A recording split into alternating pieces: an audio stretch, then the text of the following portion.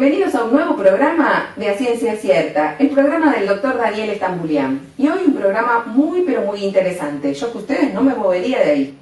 Contamos con la participación del doctor Alan Seagal, que es cardiólogo, y él nos va a hablar de qué pasa con nuestro corazón en esta pandemia. ¿Qué podemos hacer para prevenir las enfermedades cardiovasculares, que son la primer causa de morbimortalidad en nuestro mundo? Entonces, todas estas preguntas, ¿cómo podemos prevenir las enfermedades cardiovasculares? Todo esto y mucho más nos lo va a responder el doctor Alan Seagal. ¿Cómo estás, Alan? Bienvenido. ¿Cómo estás? Gracias por la invitación, primero que nada, la verdad que muy contento de estar acá en este programa, así que como vos decís, creo que es un tema muy importante para abordar que tenemos que hacer el día de hoy, y todos los días nosotros como cardiólogos con nuestros pacientes nos dedicamos a esto y a abordar estos temas. Justamente, como mencionaste, la enfermedad cardiovascular es la principal causa de muerte en el mundo. Argentina, por supuesto, no es la excepción. Una de cada 3 personas que fallece de una causa cardiovascular, sea infarto, sea ACV, sea cualquier enfermedad del aparato cardiovascular. Perdóname, re importante lo que estás diciendo. Sí, la cifra es terrorífica, uno de cada 3. Tal cual, así que un realmente... 30% aproximadamente es en el último informe del Ministerio de Salud. En la Argentina, 1 de cada 3. Así que, sin duda que si hay algo que tenemos que tener en cuenta siempre es la prevención de eventos cardiovasculares. Es fundamental. ¿A qué llamas eventos cardiovasculares? Bien, eventos cardiovasculares es todo paciente que ha tenido un problema cardíaco, sea por ejemplo un infarto agudo del miocardio, un accidente cerebrovascular, inclusive también problemas en las arterias de las piernas, problemas en la aorta. Todo lo que involucre el corazón y los vasos sanguíneos involucra todo lo que es el aparato cardiovascular. Bien. Entonces, cuando hay afectaciones de este aparato, hablamos de enfermedades cardiovasculares. Y siempre hay factores de riesgo que muchos los conocen ya, que tienen que ver con o factores que incitan a que uno tenga estas enfermedades y que hay que prevenirlas justamente. Esto es muy importante porque estamos hablando que 1 de cada 3 se puede morir por una infección cardiovascular. Claro. Entonces, lo peor de todo es que, no lo peor, lo mejor es que tenemos un mensaje esperanzador, que lo podríamos prevenir. Tal cual, tal cual. Entonces, ¿cuáles son los factores de riesgo que ibas a comentar, Ana? Tal cual, bueno, como comentabas, hay algo muy interesante que tiene que ver con las calculadoras de riesgo cardiovascular o cómo uno evalúa el riesgo. Y cuando uno hace eso, computa un montón de factores. La edad, pero también la hipertensión arterial, el colesterol alto, sobre todo el colesterol LDL, que le llamamos el colesterol malo, entre comillas, y la relación que tiene este colesterol malo con el bueno, que es el HDL, eso también es muy importante. Ser fumador, el tabaquismo es algo que incrementa no solo por sí mismo el riesgo cardiovascular, sino que a su vez es sinérgico con los otros factores de riesgo. O sea, si uno es hipertenso y tabaquista es mucho peor que ser las dos cosas por separado. Exacto. Entonces, siempre el tabaquismo es como un disparador para todos estos factores de riesgo que genera que el riesgo que genera cada uno por separado se multiplique. Podríamos ir analizando factor por factor, ¿no? Sí. La tensión arterial, ¿desde cuándo yo me tengo que empezar a controlar la presión arterial? Bien, siempre cuando uno va a una consulta con un cardiólogo, ¿sí? Debería al menos tener una toma de presión en ese momento, ¿sí? La presión arterial, sobre todo a partir de los 40 años, empieza a aumentar, empieza a haber más registros de hipertensión arterial, pero hay muchos pacientes jóvenes que son hipertensos, sobre todo pacientes con sobrepeso, o pacientes que tienen causas secundarias, porque lo más frecuente es la llamada hipertensión esencial. La que no se sabe la causa. Claro, uno envejece, las arterias se calcifican, se endurecen y eso genera hipertensión. Pero hay mucha gente que tiene otras causas, como problemas en los riñones, por ejemplo. Entonces, siempre es importante hacer un chequeo. Tomar la presión es muy fácil en consultorio, o sea, no es una prueba invasiva ni nada muy costoso que hay que hacer. Claro. Es de esas medidas que llamamos de screening o de testeo que realmente son costo efectivas, porque es muy fácil de hacer en consultorio, es muy sencillo y si detectamos un valor anormal en el consultorio nos puede disparar una serie de estudios para controlarlo más adelante. Y después, una vez que uno tiene el diagnóstico de hipertensión, sí es muy importante tomar la medicación como le indican, hacer un autocontrol en la casa o también controlarse o en una farmacia donde le sea más cómodo, y hacer un control periódico con el cardiólogo para asegurarse que la medicación siga siendo correcta. Perfecto, y eso es fundamental porque yo me acuerdo cuando estudiábamos que nos decían que la hipertensión es un enemigo silencioso, porque hay gente que no sabe que la tiene. Totalmente de acuerdo, la hipertensión es asintomática, incluso mucha gente a veces piensa que le duele la cabeza, entonces debe ser porque tiene la presión alta, y a veces se toman la presión y efectivamente está alta, pero parece al revés. En verdad la presión puede subir por dolor de cabeza, no que uno le duele la cabeza porque tiene hipertensión. Entonces es completamente asintomática hasta que generó un problema como una ACV, como un infarto, como una de esas circunstancias que hablábamos antes. Perfecto. Y si una persona se tiene que controlar la presión, ¿qué tensiómetro le recomendás que se debería comprar, por ejemplo, en la farmacia, como para que pueda seguir haciéndose los controles por sí mismo? Cualquiera de los hospitales están bien calibrados, puede ser el de muñeca o puede ser el del brazo, la verdad cualquiera de los dos funciona bien. Lo importante es siempre tomarlo en el mismo brazo, siempre tomarlo en reposo, sentado, con las piernas separadas, no cruzadas, con el brazo descansado, manos palmas hacia arriba, se ponen el tensiómetro, no hablan nada, esperan a que tome la presión, idealmente lo toma de vuelta una segunda vez para asegurarse que ese valor sea el correcto, y tampoco es cuestión de tomarse cada hora, ¿sí? En general 1 o 2 veces por día. Es suficiente, claro, porque si no uno te termina en una psicosis de tomarse la presión cada media hora. Absolutamente, de hecho si uno viene con una semana que está bien controlada la presión, tampoco hace falta que siga todos los días, digamos. Tampoco hay que hacer una paranoia. Perfecto. Decís, tal cual. Y lo otro es que la hipertensión también puede estar presente en pediatría. Yo soy, pediatra. Sí, entonces es importante que los consultorios pediátricos 100%. también porque tal vez la hipertensión empieza en la edad pediátrica también. Absolutamente de acuerdo, sí, definitivamente. Bien, ¿y esto es hereditario? Es decir, si yo tengo a mi mamá hipertensa, ¿yo puedo ser hipertensa o...? A ver, hay una predisposición, obviamente que si uno tiene antecedentes de hipertensión en la familia, es más probable que uno sea hipertenso. Es una predisposición, digamos, o sea, también tiene que ver obviamente con lo que uno después hace con su vida. Si uno hace ejercicio, aeróbico, come sin sal, uno puede prevenir la aparición o al menos retrasar la aparición de la hipertensión, o si aparece que sea más fácil de controlar.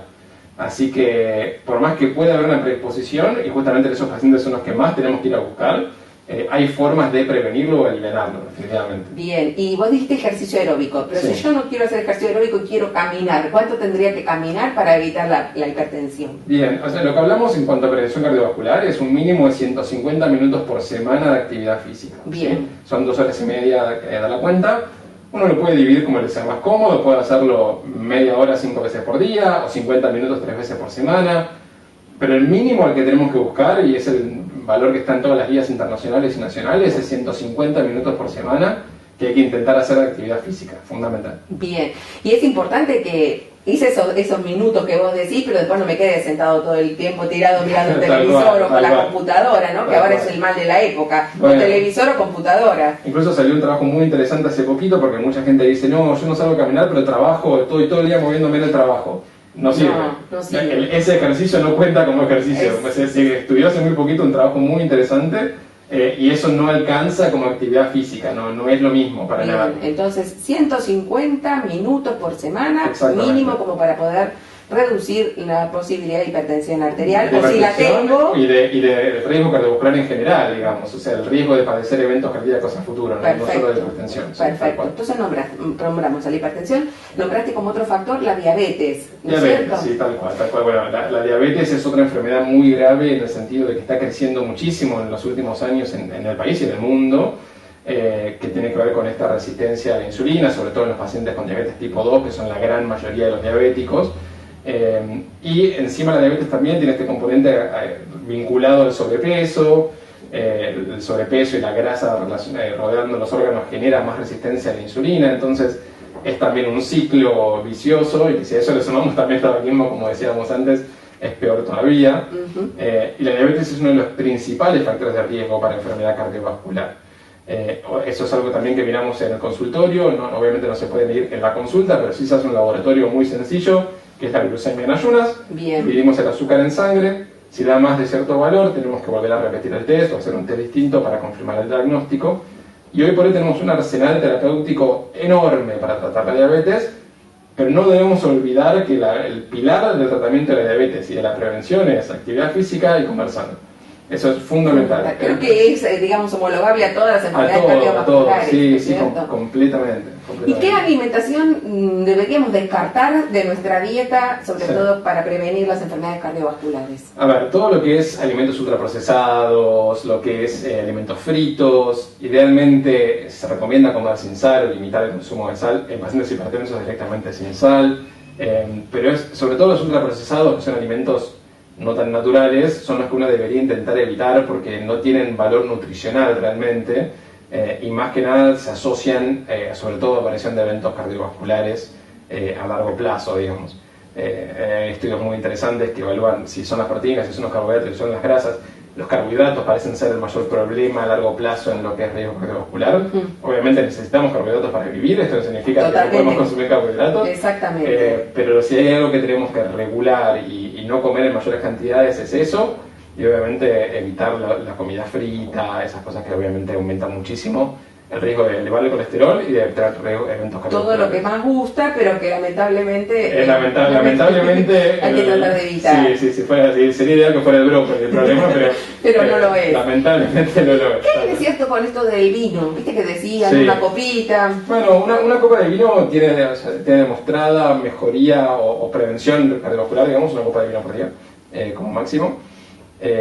Si uno se excede de eso, obviamente, empiezan a aparecer problemas. E incluso también el consumo de alcohol, aún en bajas cantidades, se asocia a arritmias. Así que hay algunos estudios interesantes que aparecieron ahora. Pero sí, una copa de vino tinto por día se ha demostrado que se ayuda a prevenir eventos cardiovasculares. Bien, ¿y el chocolate amargo? Que a mí me encanta. Bueno, sí, es mejor que el chocolate con leche. Vamos a ver.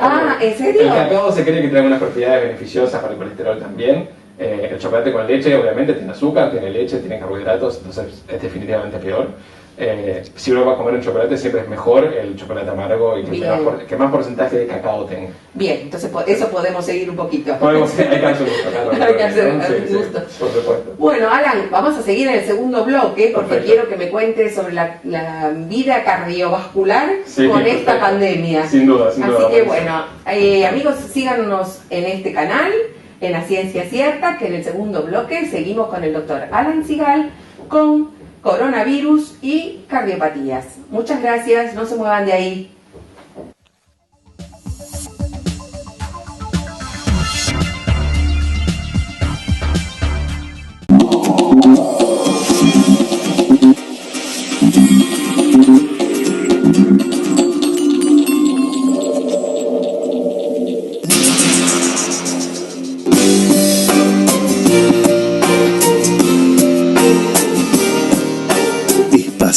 Concesionario oficial Volkswagen, número 1 en ventas en Argentina por 16 años consecutivos. www.espasa.com.ar.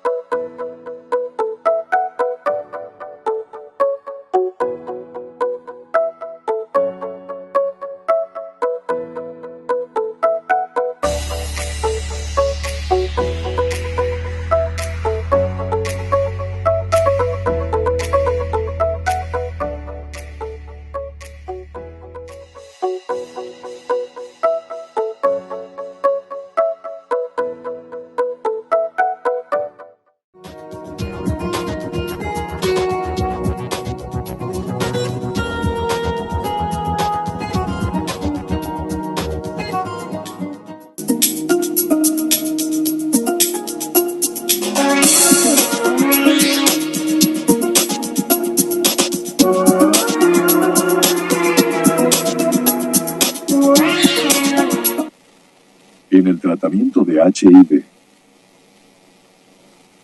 Laboratorios Richmond. Ayudamos a vivir más y mejor.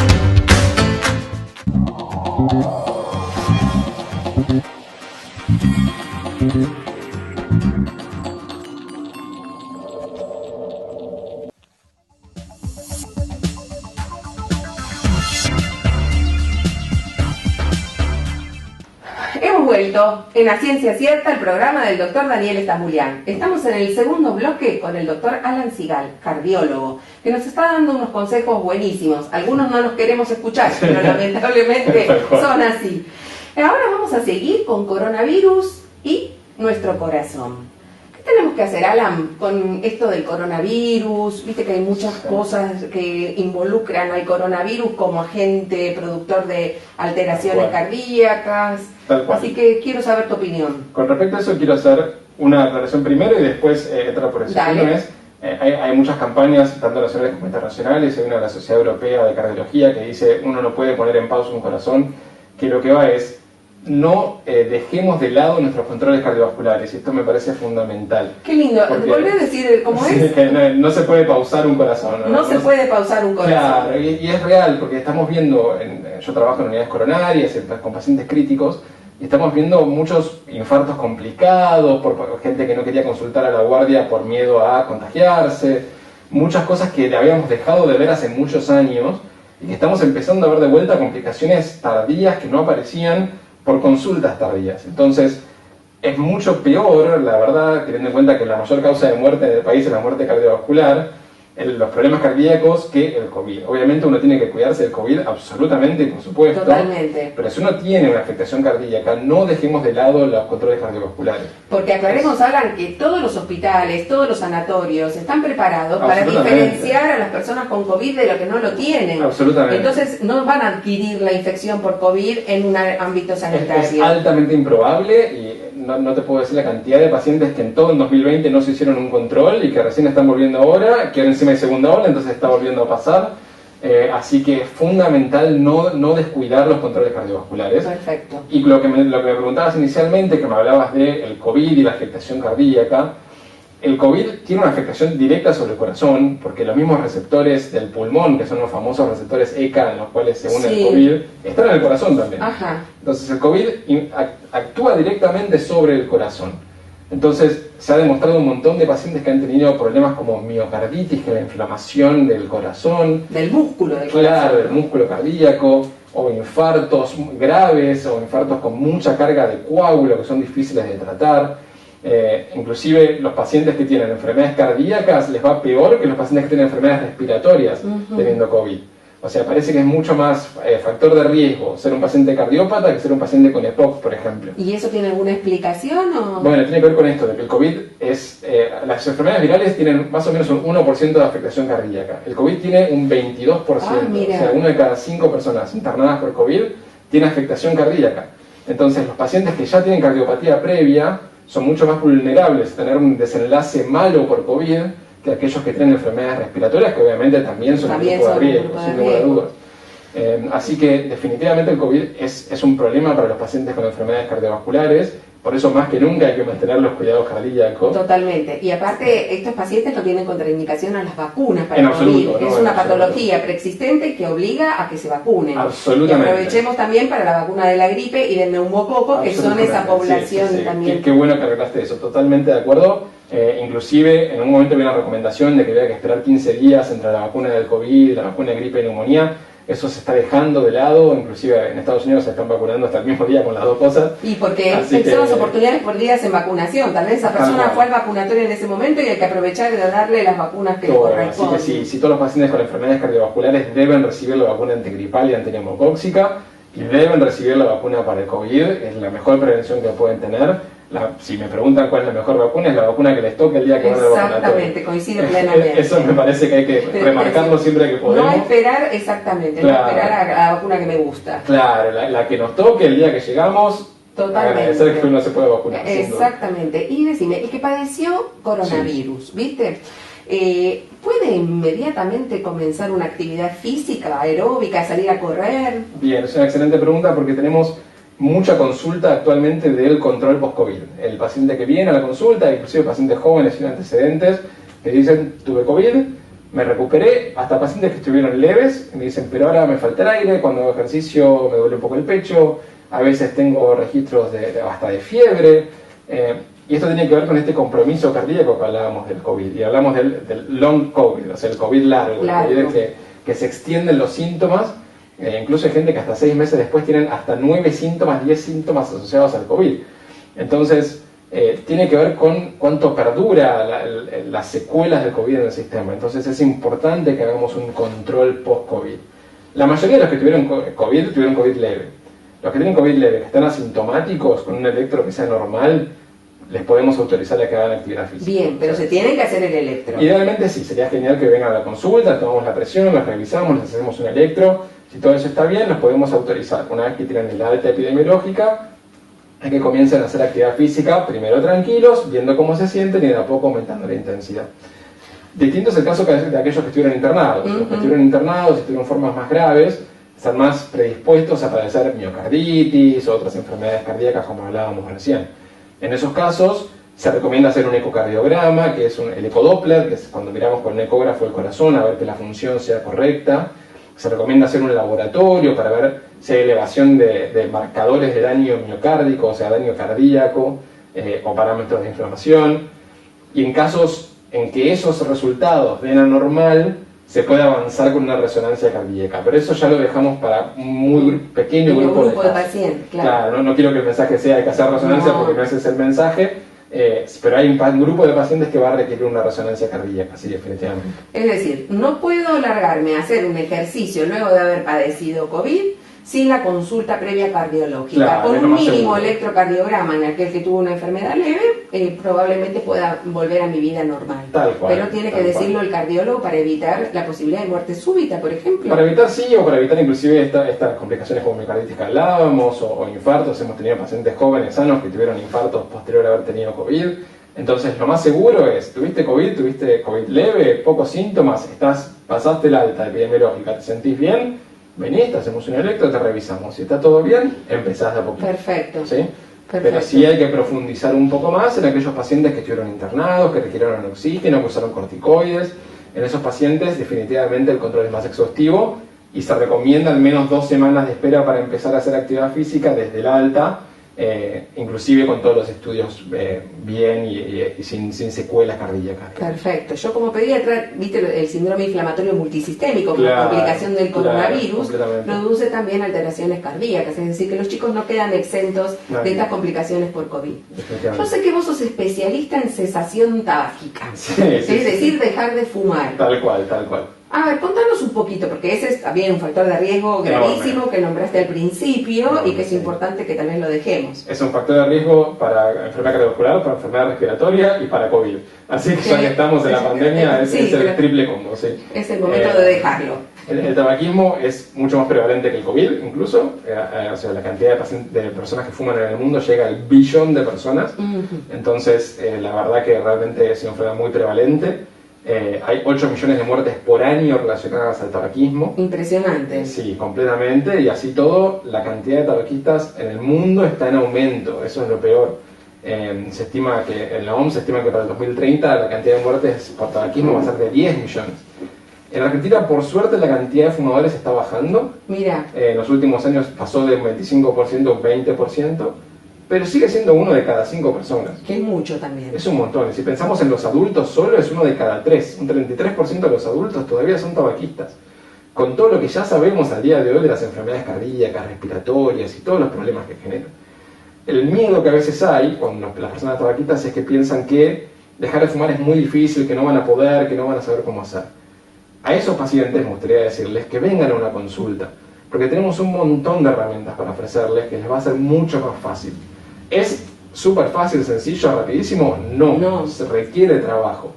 Y lo otro que requiere fundamentalmente es la voluntad de querer hacerlo. Totalmente. Que se llama estar en la fase contemplativa. Es el momento que decís, quiero dejar de fumar.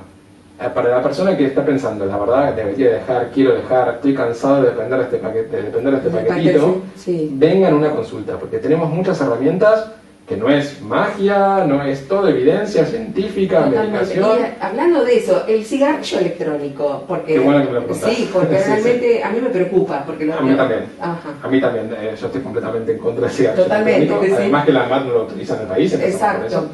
eso. Pero sí, el cigarrillo electrónico, que era la promesa que tenía de que supuestamente iba a ayudar a que la gente no fume, está haciendo todo lo contrario. Exactamente. Está haciendo todo lo contrario porque hay chicos que antes no fumaban y que empiezan con el cigarrillo electrónico y de jóvenes empiezan a fumar cigarrillos comunes, que antes no hubieran tenido acercamiento a un cigarrillo.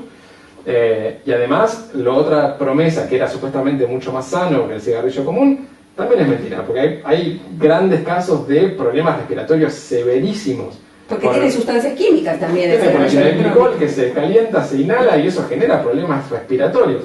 Entonces, el cigarrillo electrónico para mí... Es decir, ese no es un elemento para dejar de fumar. No.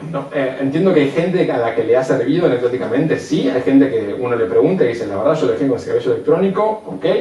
Yo no lo uso como herramienta estándar, ni tampoco como extraoficial. La verdad que no lo tengo como parte de mis herramientas terapéuticas y no está aprobada en el país para su uso. Y no hay evidencia científica que lo respalde. Totalmente. Por lo que nosotros como médicos...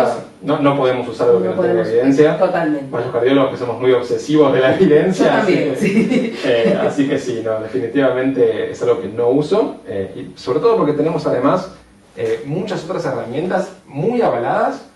Entonces, teniendo tantas herramientas, no usemos algo que no sirve cuando tenemos muchas cosas que sí. Perfecto. Alan, sabes que me avisan que tenemos que terminar el programa.